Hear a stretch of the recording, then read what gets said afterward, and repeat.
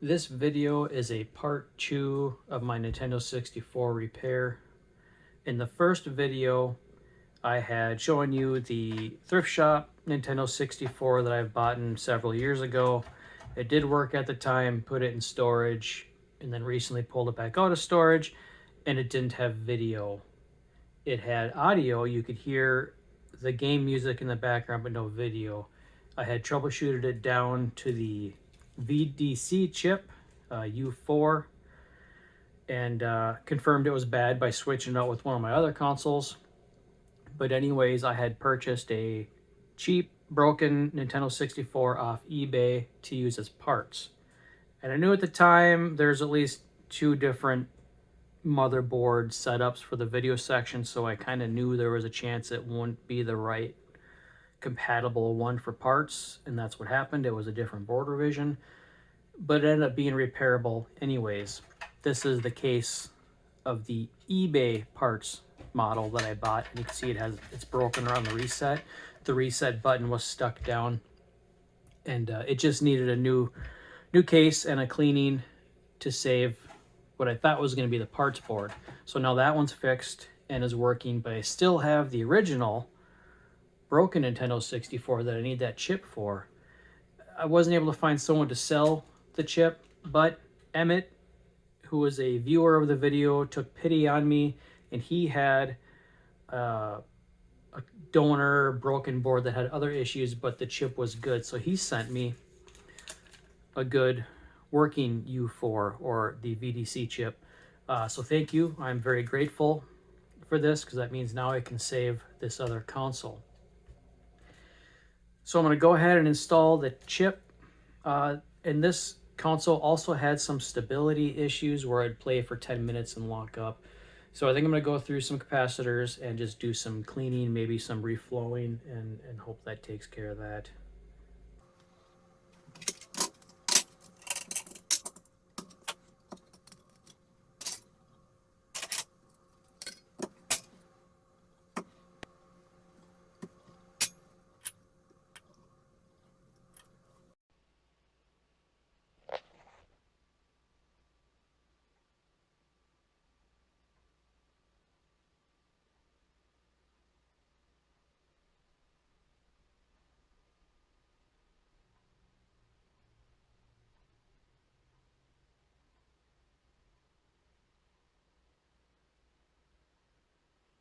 The chip leads were all slightly bent up in shipping.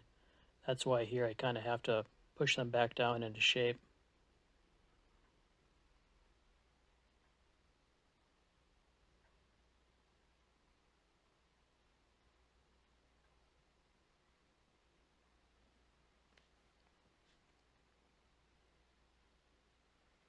And now I'm just going to reflow all of the main chips.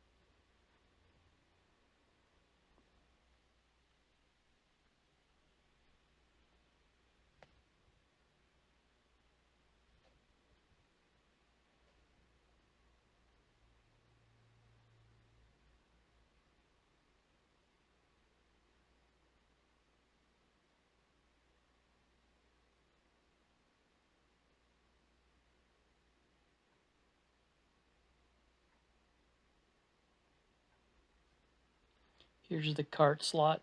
As you can see, it's in great shape. No signs of corrosion. Contacts are still nice and clean.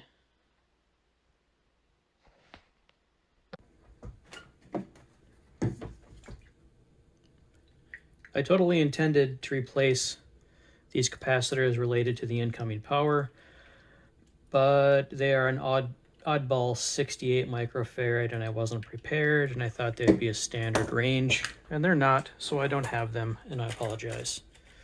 But I did previously replace the video out capacitors while I was troubleshooting this U4 chip problem.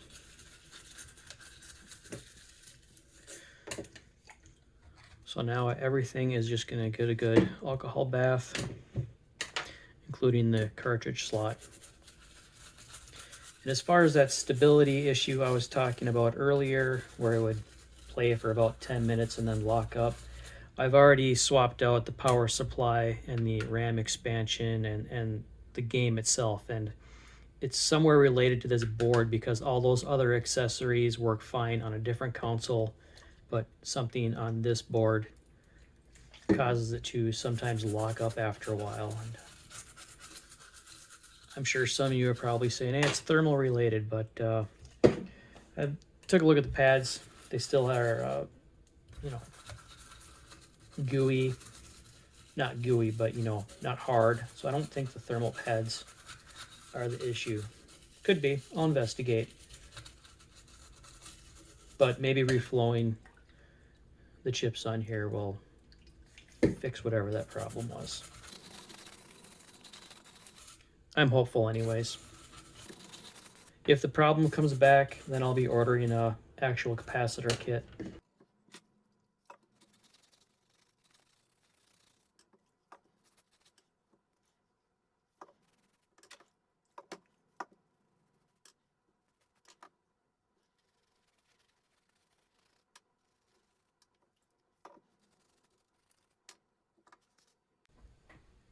Here are the thermal pads.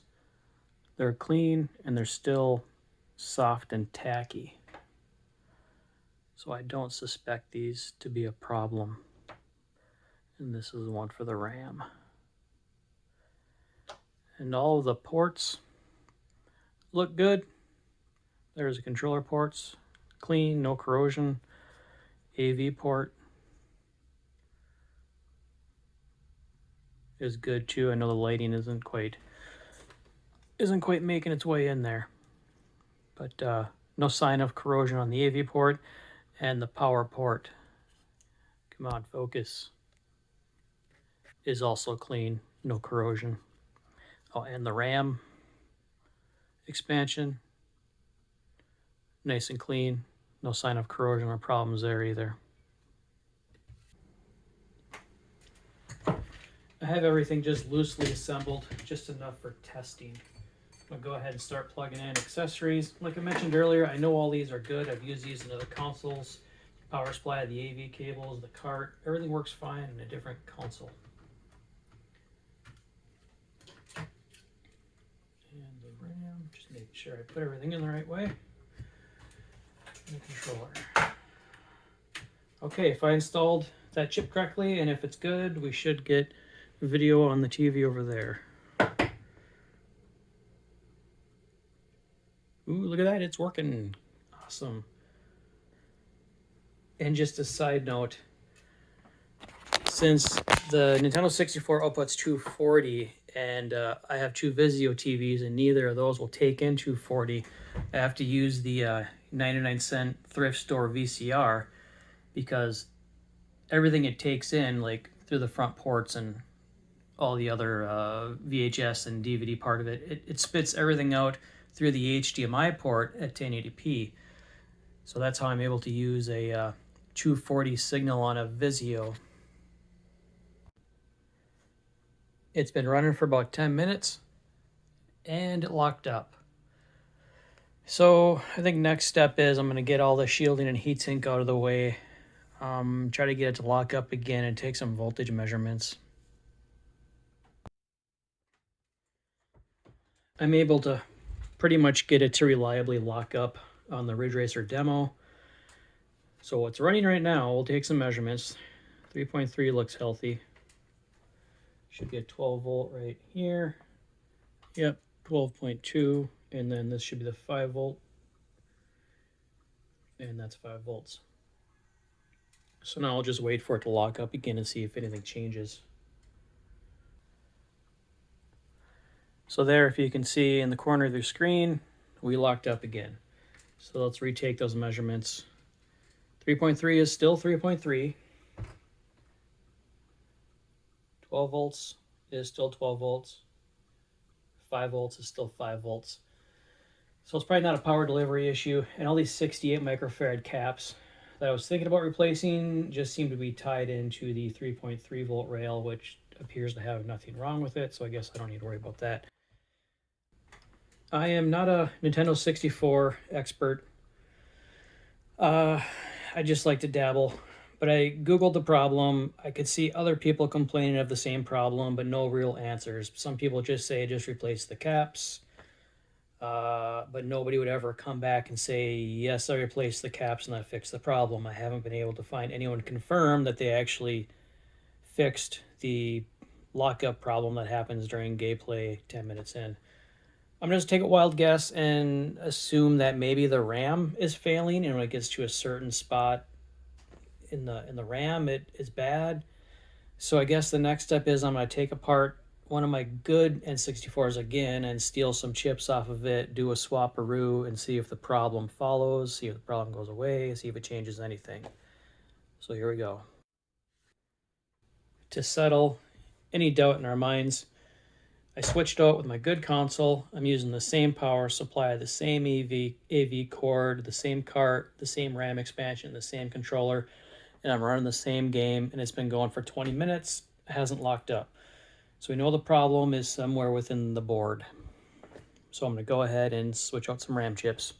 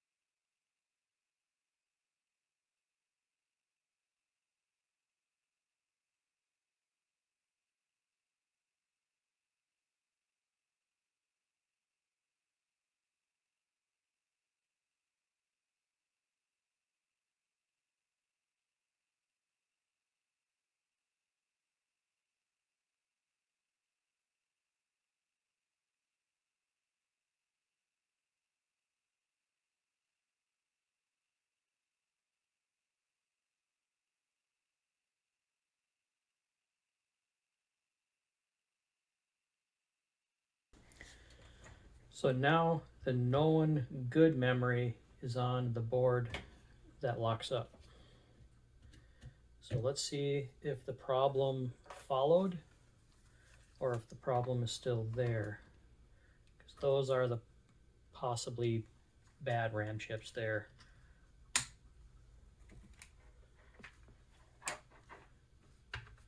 So I'm going to run this. Hopefully it still works after that. I'm going to run this for the same 10 minutes in the same game, and we'll see. Oops, gotta put a controller in. See if it still locks up.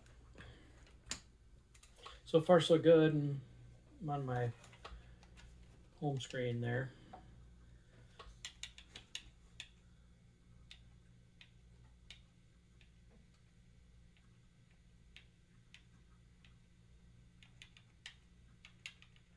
There we go. Whoops. Same game right there. I guess we'll be back in 10 minutes. See what happens. Ladies and gentlemen, it's still locking up. So we know what it isn't. We just don't know what it is.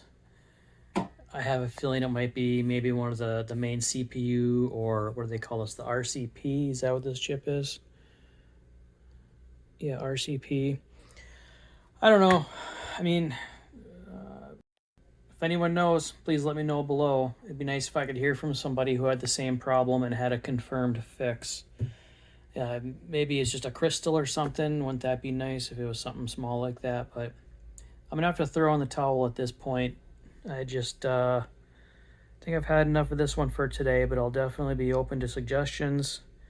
You know, I don't think it's capacitors. Like we saw, all the power rails are stable. And well, that's gonna wrap up this one for today. See you next time.